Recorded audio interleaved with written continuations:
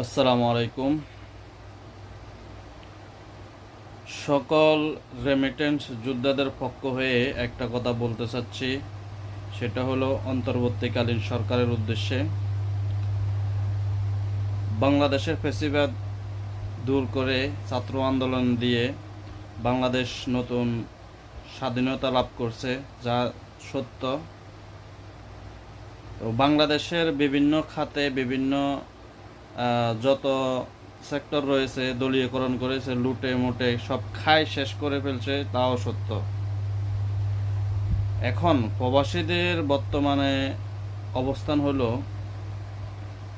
মোটামুটি এখন সবাই টাকা পাঠাচ্ছে বৈধ চ্যানেলে, ব্যাংকিং চ্যানেলে। তো দুঃখের বিষয় হলো টাকা ফাটিয়ে তারা কিন্তু মানে সঠিক সময়ে তারা টাকাগুলো পাচ্ছে না। আমরা এটাও জানি যে বাংলাদেশ ব্যাংকগুলো সবগুলো খালি করে দিয়েছে। তো এমনত অবস্থায় অন্তত প্রবাস থেকে যারা রেমিটেন্স পাঠাচ্ছে তাদের চাহিদা অনুযায়ী যে যায় পাঠাক, তারা চাহিদা অনুযায়ী যেন তাদের চাহিদা মেটানো হয়। কারণ তারা যদি একবার যদি মুখ ফিরিয়ে নেয় ব্যাংকিং চ্যানেলের মাধ্যমে, কিন্তু এই 10টা নামবে, কিন্তু এটা এটা খুব ক্ষতির মুখে পড়বে অন্তর্বর্তী সরকার। তো আমরা চাই না মানুষের ক্ষোভ জন্মায়। কেউ 50,000 টাকা পাঠাইছে, তাকে 50,000 টাকা দেয় না, দেয় 10,000 20,000। কেউ 1 লাখ টাকা পাঠাইছে, তাকে দেয় না, তার চাহিদা মতো দেয় না। তো তারা তো টাকা পাঠাচ্ছে নাকি।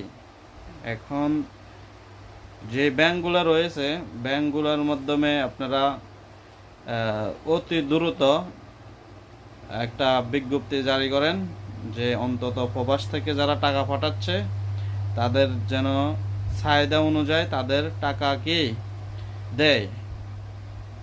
কারণ এখানে আওয়ামী লীগ, বিএনপি, জামাত বা অন্য অন্য দলের এটা বুঝবে না।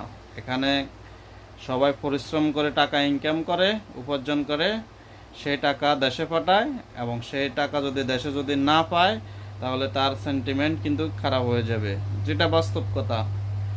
আমি যদি 1 লাখ টাকা একটা দরকারে পাঠাই, ওই টাকাটা যদি আমি যদি না পাই, যা পাই যদি 10,000 20,000, তো অবশ্যই আমার এটা আমার লাগবে না। তো আমি যেই দলে করি না কেন, আবার যে ওই বাংলাদেশে এখন যেই সরকারে থাকুক না কেন, তো অবশ্যই এগুলা বিবেচনা করবেন যারা দায়িত্বরত রয়েছেন।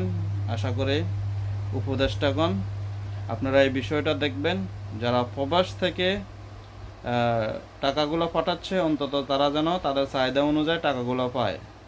আসসালামু আলাইকুম।